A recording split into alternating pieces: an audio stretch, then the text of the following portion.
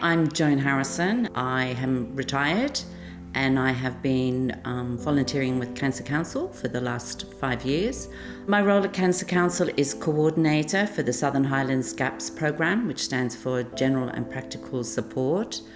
And it is a full-on voluntary role, 5 days a week. I man the phone from 9 to 5, sometimes a little bit later.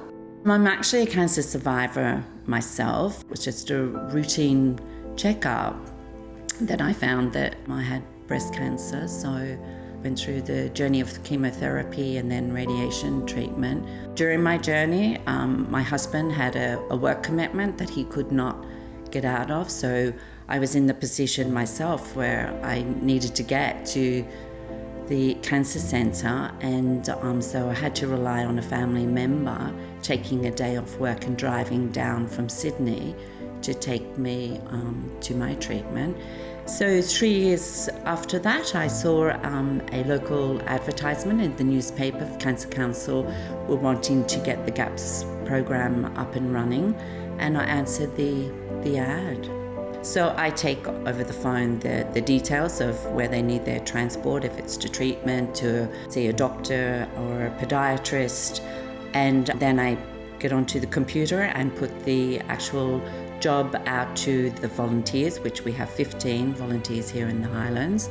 The majority of the volunteers have actually been touched with cancer, whether it's been a family member or a neighbour as such. Perfect example is Catherine Woodhouse, who is my neighbour, and I guess that I coerced Catherine into joining the GAPS program. Now, can you imagine if Joan asked you to do something that you would say no? And if you did, you would be talked round into doing it. She didn't have to talk me round. I was quite happy to do it.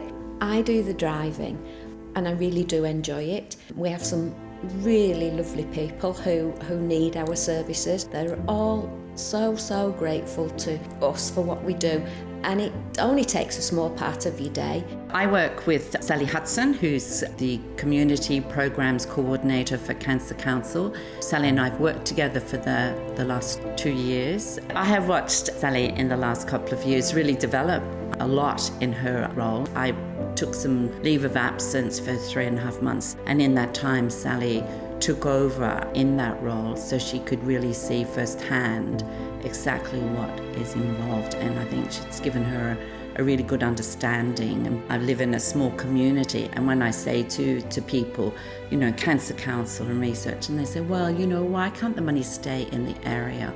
Well, the money does stay in the Southern Highlands, which Cancer Council provides the bus service, the GAPS program as well.